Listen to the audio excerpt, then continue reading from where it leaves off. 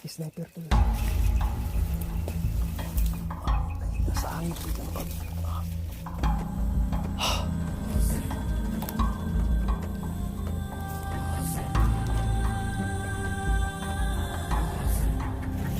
Parin natin ito. Aray ko yung katawan.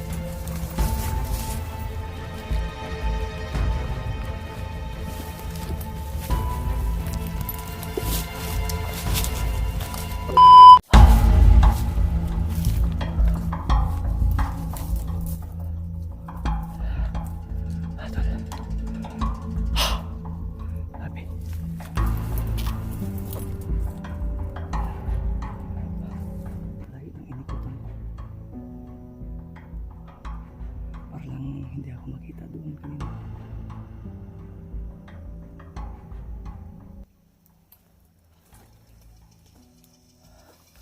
Wala nga, bago tayo lalabas dyan, sobrang init tulo, tirik na tirik yung araw. At syempre, bago tayo lalabas dito, kailangan muna natin magmasid sa paligid, sa tapat. Baka may mga sniper na nakadeploy o kalaban ba kaya na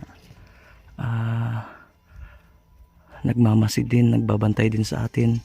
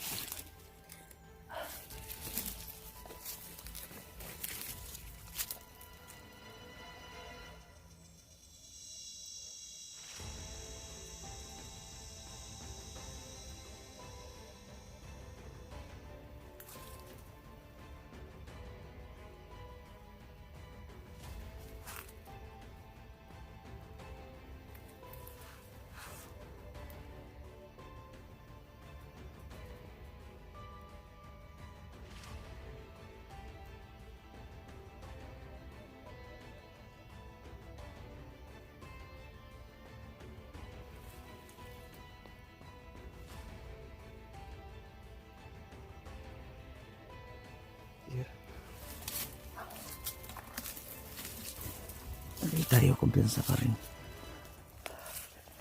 Ipapakita ko lang sa iyo, tol. Ayun, yun yung usok ko. Doon tayo kanina. May usok. May 4 na bandido dyan na naghahalog ng dahon ng saging. So di ko alam kung anong gagawin nila ng dahon ng saging. Grabe yung init to lang nuot. Di ko alam, baka magsuman siguro sila. Doon, tapos doon ako sa gilid. Umikot ako doon, tol. Mahigit 2 oras yata nakalipas. Umikot ako doon sa likuran nila papunta dito. At may nakita akong kubo doon na may mga manok na nangingitlog. So dahil gustuhin ko mang kumuha sana ng itlog upang lutuin saglit, hindi ko nang ginawa kasi nakakaawa yung himungaan ba. Madadamay pa yung manok sa gutom ko. Kaya naglalaway na lang ako. Hindi ko lang tinignan at clear walang bandido doon. At hindi ko na nahabol yung bala ko sanang sundan na kanina yung isa na papunta doon kasi layo ng inikutan ko, at yung bata hindi ko na nahagilap. So ano lang tayo, tuloy lang tayo, tol. Unahin natin yung mga kasamahan natin. So clear na, tol, wala tayong dyan.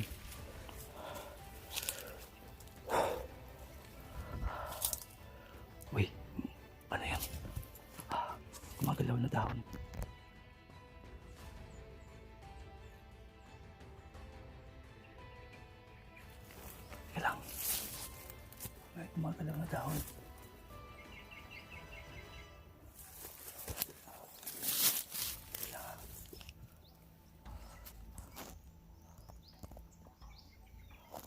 Hangin lang yata yun.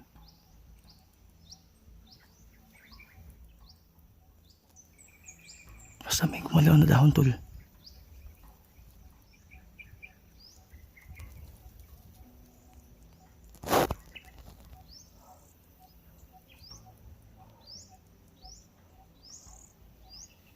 Ayan, ayan, ayan. Ayan.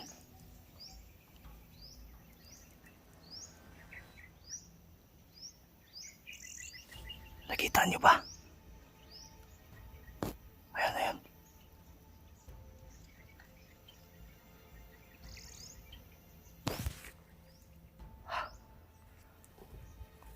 Lapit tayo konti. Balik tayo ng pwesto.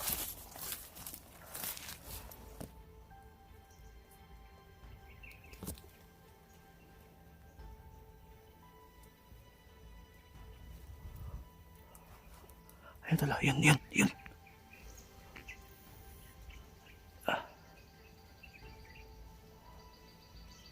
Ayun. Ayun. Putik tiil sniper, tol. Yan yung sinasabi ko sa inyo.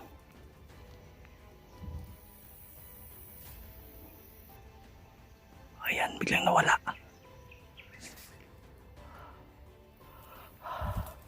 Ayan, ayan, ayan.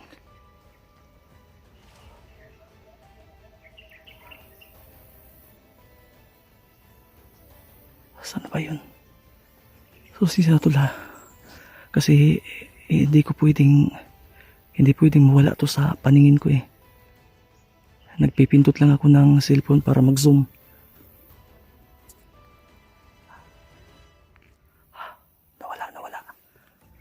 Nawala sa paningin ko. Tika lang.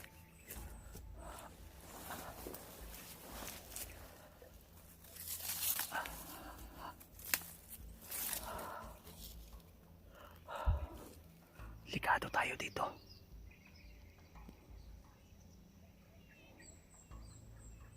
Nagplano ako ng telescope tulad nitong malalayo ba. Importante talaga. Nawala. Tika lang tula.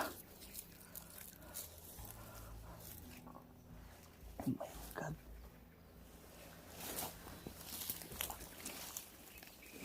Pag tayo makita. Sniper to.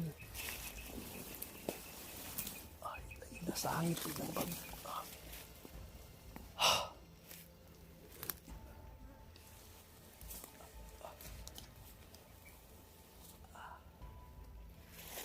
Parin mo natin yung bag natin.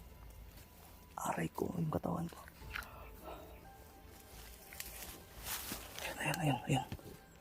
Ayan.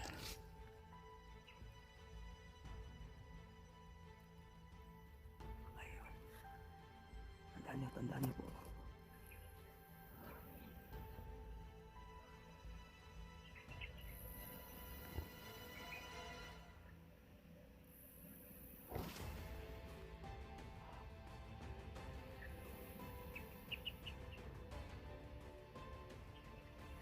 Yo. Kahit nga sa malayo ang hirap makita. Andyan yung sniper oh. Palipat-lipat ng pwesto. So dyan lang po muna kayo tula. Stay muna kayo dahil gagawa ako ng paraan. Paano tayo makalapit dyan na hindi tayo makita o hindi tayo matunugan. At baka hindi lang ito nag-iisa. Delikado tayo dito. So sana hindi dumaan si Eduardo dito. Siguradong tiklop talaga si Eduardo. Kasi kahit bihasa yun, kahit commander yun dati, kulang yung kaalaman sa mga statics ba. Paano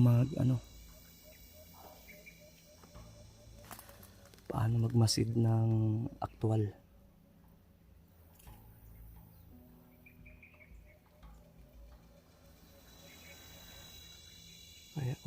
pwesto mo tol, ingat ka talaga dahil kung gagalaw ka man, siguraduhin mong mabilis kang gumalaw at bago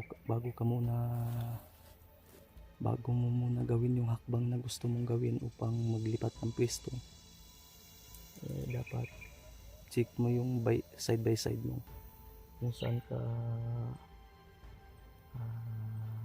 kung saan direksyon ka gagalaw.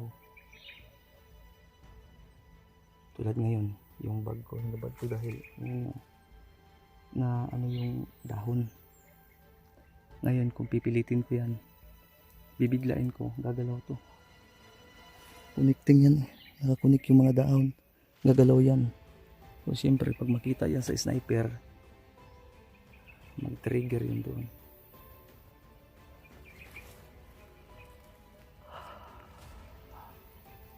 Andun pa rin ang nakapisto.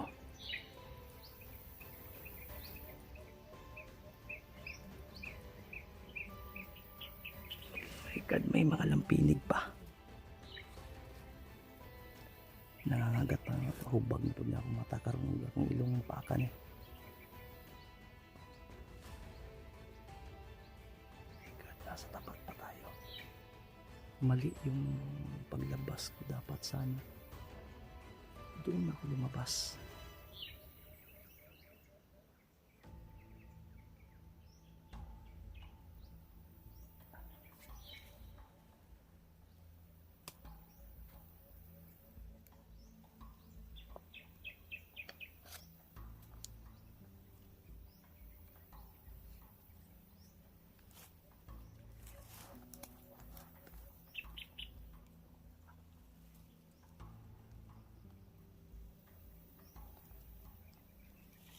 Tulad ngayon,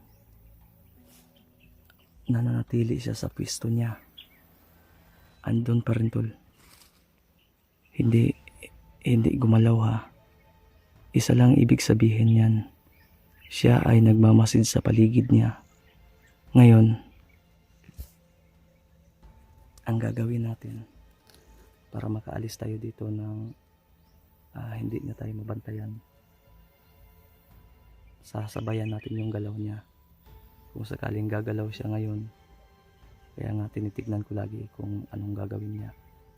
Pag yan nahiwalay yung kamay niya sa gatilyo,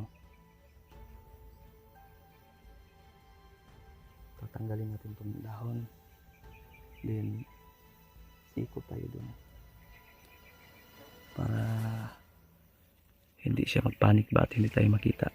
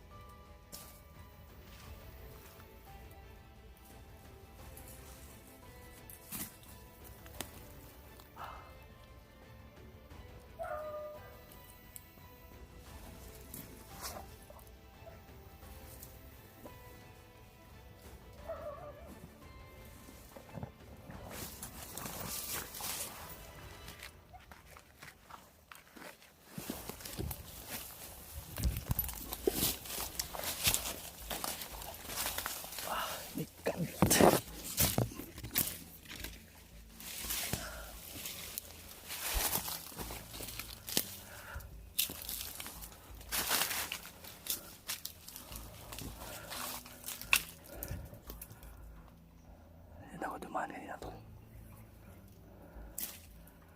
Pero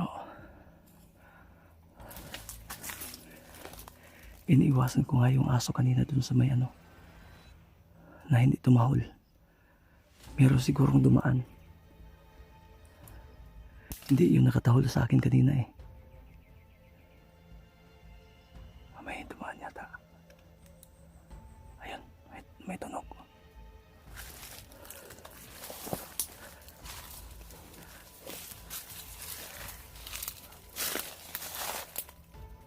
Andun pa rin sa pwesto.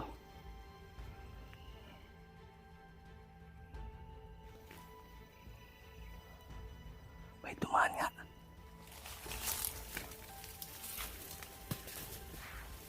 mga ganitong senaryo tol,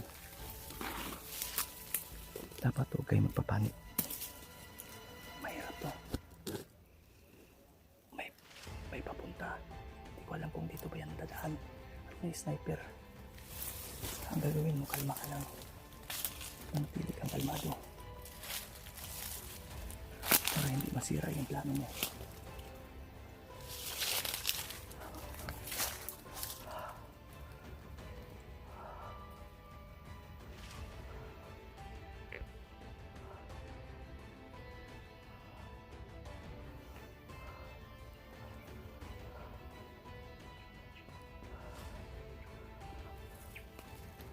Boses ng babae.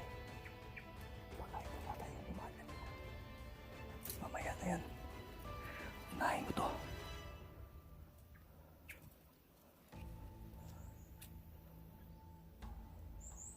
Ang sniper ay nanatili para sa pwesto tol.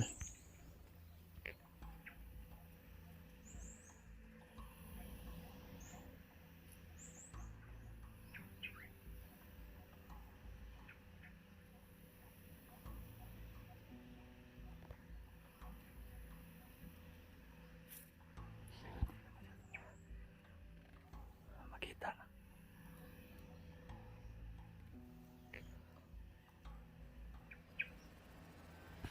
Positive.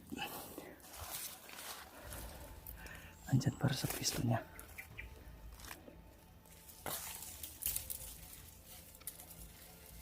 Dahan-dahan.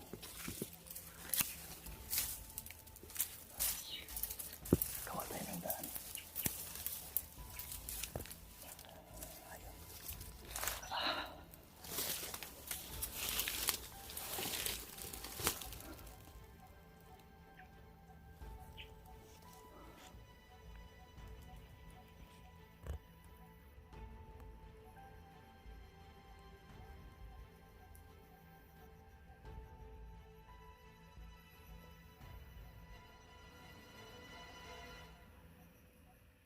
Tandaan nyo, hindi para sa pwesto niya. So, kalma lang tayo.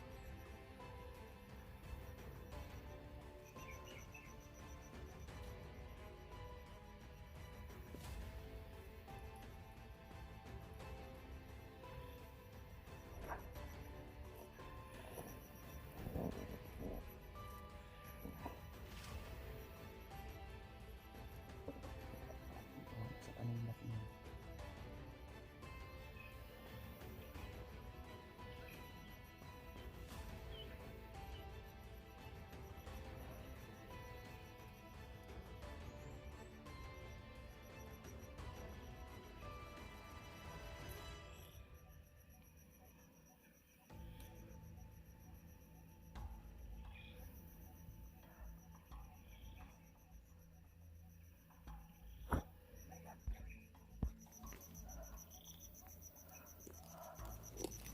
Nahihirapan ako dito ah.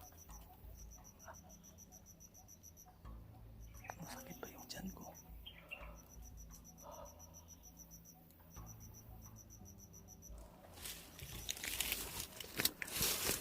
Ayan. Ayan. Sana mag-move to siya ng ano. Mag-move ito ng... Sana lilipat ito ng ano, pwesto ngayon. Para makapag-move forward din tayo.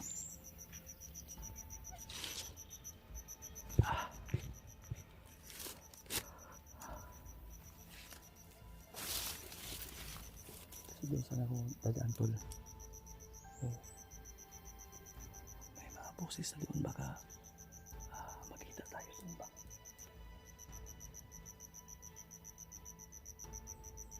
Tinignan ko din itong ibang anggulo. Clear naman. Ito lang muna yung nakikita ko na nakadeploy ng sniper. Ito sniper positive.